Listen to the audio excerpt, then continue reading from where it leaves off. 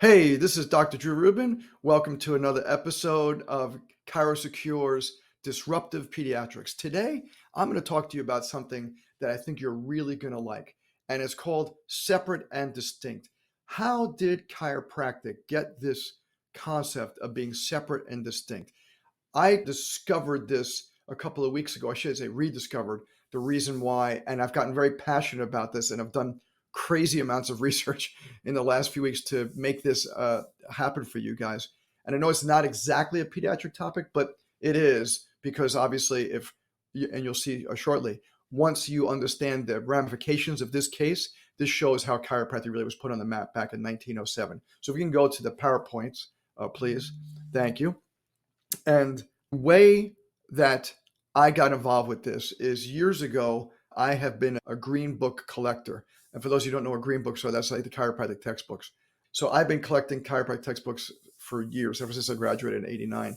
That, by the way, is a 1920 chiropractic table. It's a high-low table before they had electricity. So there was a spring-loaded thing you have to change. It says heavy, light, medium on it, and then it would lift the person up without electricity. So this is some really cool stuff. And I have almost every green book except for Modernized Chiropractic. I don't have that one. Anybody who has that one wants to sell it, let me know. But anyway, so how did the concept of chiropractic is separate and distinct occur?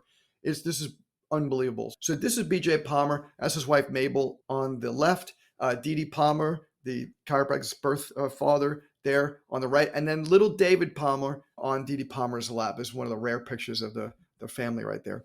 But how many guys remember this or heard this? And if you're Life University, this is put front and center. We have the bell tower that honors these over 600 chiropractors that were jailed in the early 1900s. And one particular chiropractor was jailed in La Crosse, Wisconsin. And B.J. Palmer hired this amazing legal team and created something called the Universal Chiropractic Association to defend Shigetaro Morikubo. He was the Palmer class of 1901. And what they decided in their case, because he was jailed for practicing medicine without a license, as were all the chiropractors back then. That's why they were put in jail. They weren't put in jail for any other reason, but practicing medicine without a license. And they kept on losing every one of these cases because they couldn't prove it. But then finally, the legal team that B.J. Palmer put together with this particular doctor, Morikubo, made a just giant difference. But here's the thing, is that the records of the case are lost. Unfortunately, in La Crosse, Wisconsin, they have no records of these cases. But there have been a number of things that have talked about it, and that's what I'm going to talk to you about. What happened in this case is that BJ and this legal team came up with this concept of separate and distinct. It was written about in Green Book Volume 17 in 1924 by Arthur Holmes, one of the lawyers. And what it is was this. The question now comes, why is it necessary to prove chiropractic is separate, distinct, and a different school of system of medicine and malpractice case? Because when chiropractic has been established as a school separate from allopaths, homeopaths, osteopaths, then the chiropractor's actions are judged according to the standards of the chiropractic school and system and not according to the allopathic school. The learning and skill required is then learning and skill of an ordinary chiropractor, not of the physician and surgeon. This is how we won that particular case in 1907. And continue from that particular green book. Chiropractic is now a science unto itself. It is separate and distinct from allopathic medicine and osteopathy or any other form or system of healing. So this is important to understand because this is how we changed. Because we were the underdogs, we were the little guys before this. We were getting jailed and people were getting really up in arms about this. But then B.J. Palmer came up with this concept with his legal team to defend Morikubo and said, no, we are not like them. We are not allopathic. We are not osteopathic.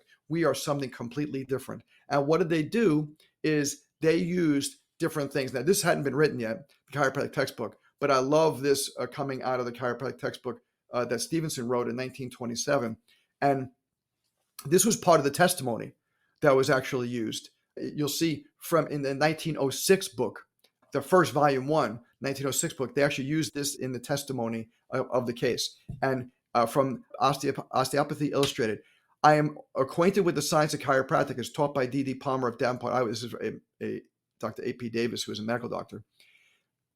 And because he took chiropractic course of instruction with Dr. Palmer, and being perfectly familiar therewith, I would state that the said two sciences above, in other words, chiropractic and osteopathy, are named are as distinct from each other as regards application as day is from night.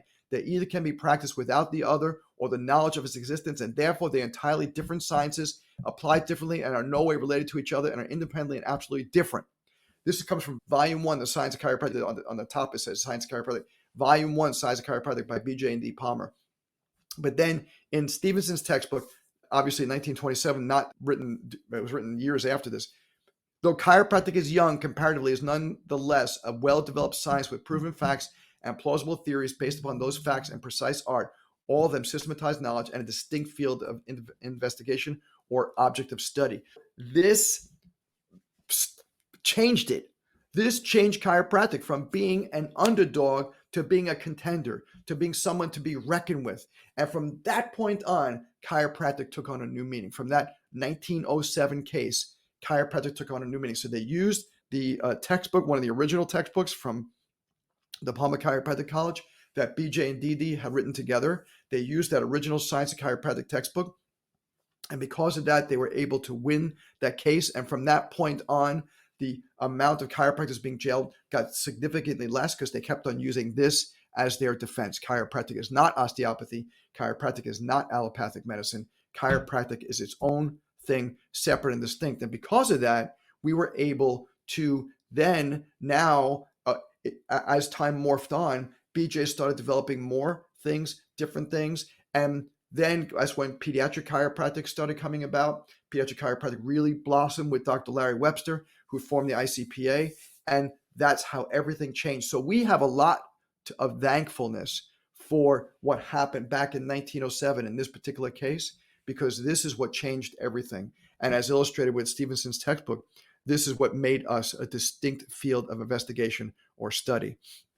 As you guys know, I speak for the ICPA. I have online classes for them and live virtual classes. So we're coming up, I think, in Atlanta and Dallas actually pretty soon. And in Atlanta this year, we'll be speaking both combination of live lectures and online. So you can be there in either way, however you decide to choose. I spoke for Dr. Stephen Porges, the Polyvagal Informed Pediatric Chiropractic Seminar. If you're interested, there's the link. I've just posted today my 550th episode of Chirocast about what I just talked about. It's just another version about this particular topic. So if you're interested in that, please check it out. Let me know what you think. Overall, what we have to do, guys, is protect our future. Separate and distinct case is what got us on the map. It changed the way chiropractic is. It changed how chiropractic was looked at by modern medicine back at that time. And it helped us survive, like the Flexner Report, which came out around 1910. It helped us survive that Flexner Report, which was really chopping down a lot of the other kind of things like homeopathy, etc., and naturopathy. But we were able to survive because we had created this amazing thought process because of the philosophy that we had, right? Our philosophy was separate and distinct. We just had to prove it. And that 1907 case did it. Thank you, guys. Thanks again, ChiroSecure, for hosting this. I hope you guys really appreciated this interesting history lesson. And I will see you next time.